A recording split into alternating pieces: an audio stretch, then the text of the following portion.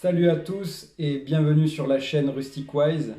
Comme promis, aujourd'hui un test comparatif au niveau de la précision entre différents types de plombs.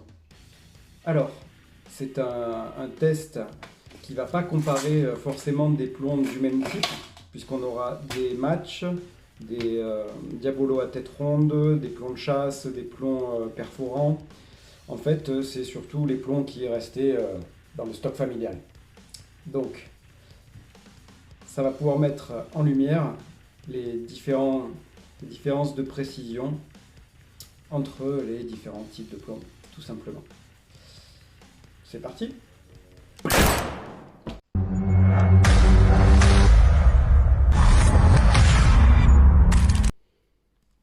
Les voici. Alors, il y aura du Diabolo Match HN école de tir. Voilà, Dynamite Nobel. Donc, il y aura différentes formes, différents poids. Comme je le disais tout à l'heure, les Prometheus que j'aime bien. Des concurrents, des vieux plombs. Ça, c'est carrément vintage, à mon avis. Peut-être le prix en francs derrière. Et ça sera tiré depuis la fidèle Gamo Delta 4.5 en intérieur et à 10 mètres. C'est parti. Je vais commencer par ces plombs-là. Donc HN école de tir. Comme ça, tu peux voir le profil. Sur la boîte, j'ai pas, tu sais, le poids. Je vais essayer de voir un petit peu les différentes specs du plomb. Donc on a le prix à l'époque où ils ont été achetés, mais ça doit plus du tout être le prix actuel. Non, j'ai pas plus d'infos à te donner. On va voir ce que ça donne en cible. À chaque fois, il y aura 5 plombs. Voilà, donc c'est le point qui est là, qui sera visé. Tout dans une pièce de 20 cent... de moins d'un euro, quoi. De là à là, il y a 1,5 cm. Voilà, là, il y a un bon groupement. Ce qu'on va vérifier aujourd'hui, c'est surtout le groupement, bien sûr. Parce qu'on ne peut pas régler à chaque fois la lunette pour chaque plomb et voir si c'est précis. Je tire opposé sur des coussins du canapé, comme d'habitude. Et avec une lunette 4x32. Et je m'applique moyennement pour les tirs. Hein. Je pose la croix sur la cible et puis je lâche. Donc on va continuer avec le plomb suivant. Voilà pour le plomb suivant, donc pas d'informations supplémentaires également. Donc c'est Geco Dynamite Nobel. C'est encore un Diabolo Match à tête plate. C'est parti. Voilà, je vais essayer de m'appliquer quand même un peu plus.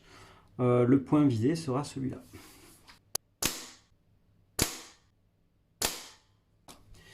Pour ce Geco Dynamite Nobel, c'est un peu équivalent, peut-être un peu moins bon. Écart maxi 2 cm. Et là, ouais, plus ou moins pareil, hein, qu'est-ce que je te dise. Non, 1,5 cm, pas plus, même moins. 13 mm. Et là, non, regarde, tu vois, il n'y a pas 2 cm. Hein. Il y a 15 mm. Ouais, je dirais que c'est comparable. Allez, plomb suivant. On passe sur Extra Heavy, donc plus lourd que les autres. On change de profil là, puisque c'est un Diabolo à tête ronde. Sans doute pour tirer un peu plus loin, puisqu'il est plus aérodynamique, plus lourd. Et donc c'est HN. C'est parti. Voilà, les tirs seront réalisés sur le point du milieu.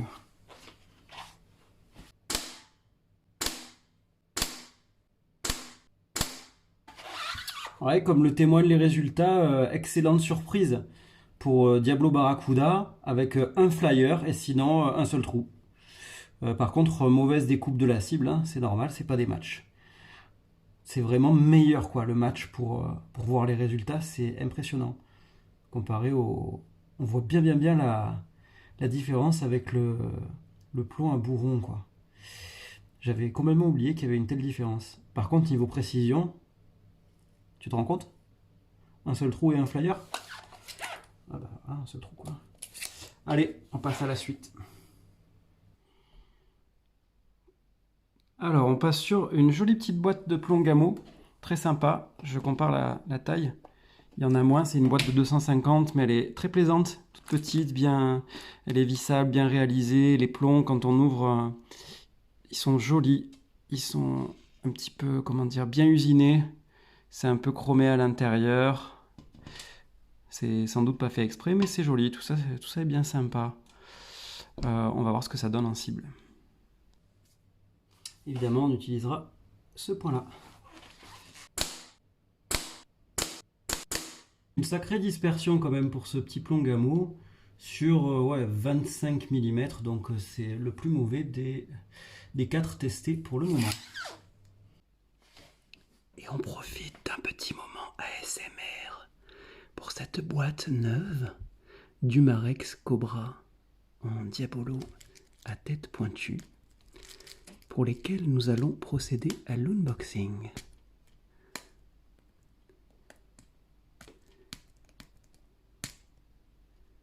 Ah, c'est en train de me gaver ce truc. Désolé, je suis pas bon en ASMR. Hein. Allez, pour ceux qui connaissent pas l'ASMR, c'est ces vidéos là où on chuchote et c'est censé te calmer, machin. C'est pas le style de la maison. Moi, j'arrive pas à ouvrir la boîte.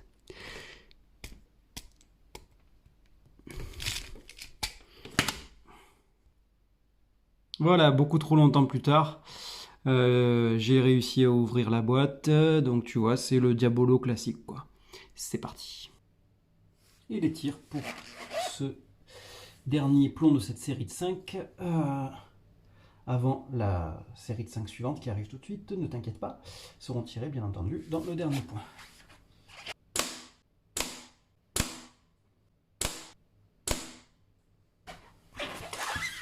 Alors, je trouve très bon score pour ce Humarex qui arrive en seconde position, ouais, avec 12 mm.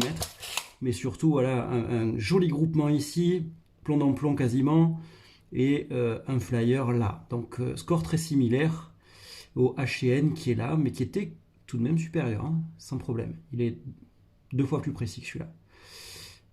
Ok, on passe à la suite.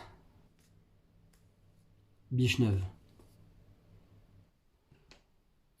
Voilà pour les 5 premiers qui ont été tirés.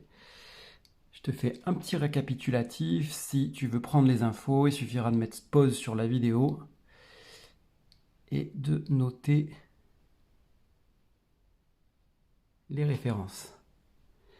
Allez, c'est parti pour les 5 types de plomb suivants complètement différents.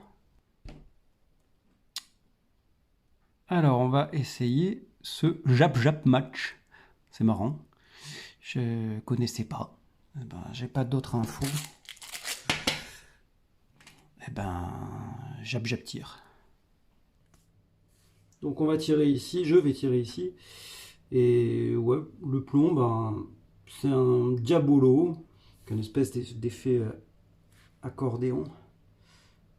Tu vois, hein, pointu. Il a l'air lourd.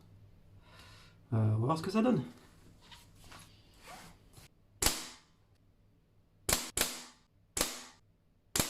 Alors, ouais, feeling général, pas fou. Pas un groupement magnifique. Ouais, allez. Bien 15 mm, 15-17 mm d'écart. Non, pas convaincu. On passe au Prometheus noir. Ouais. Moi, les premiers que je tirais, ils étaient jaunes, puis après, t'en as eu de plusieurs couleurs différentes. Je sais pas s'il y a une différence. Si tu sais, ben, mets en commentaire. C'est toujours intéressant. C'est parti. Donc, les Prometheus, c'est n'importe quoi. Voilà, hein, donc plus de 30 mm d'écart avec carrément un flyer hors cible qui a dû frapper là, quoi. Voilà. On passe rapidement à la suite. On enchaîne avec les Prometheus Paragon. Paragon Z7. Les autres, c'était juste Prometheus Pellets. Ouais, la boîte ressemble. Le plomb, bah non, il ressemble pas. Attends, je te mets l'autre à côté. Voilà. Il est un poil plus court et il il a pas trop la même pointe, tu vois. On dirait que c'est pas le même alliage et c'est pas la même forme. J'espère que ça va jouer en sa faveur parce que l'autre c'était pas Jojo en précision. C'est parti. Et pour ce tir, je vais viser le point du milieu.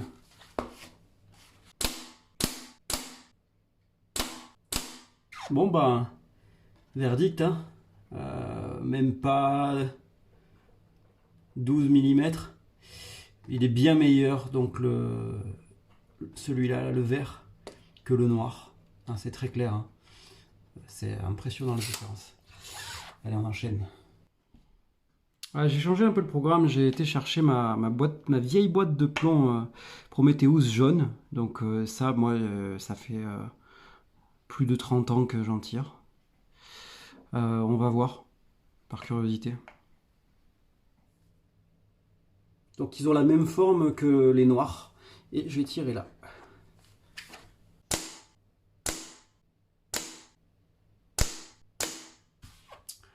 Ouais. On va dire que c'est comparable au vert. Donc les jaunes, je pense qu'on peut plus en trouver. Les noirs, je sais pas. Je pense que les verts, ils sont assez récents et c'est ceux-là qu'il faut choisir. Dernier tir. Là, on passe sur un espèce de concurrent des Prometheus. Soloniac, bah, ça doit être Decathlon. C'est parti.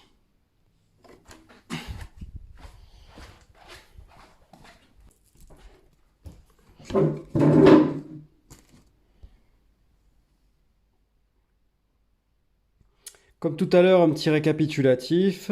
Donc là, les plombs dans l'ordre dans lequel ils ont été tirés, avec leur nom à côté des scores.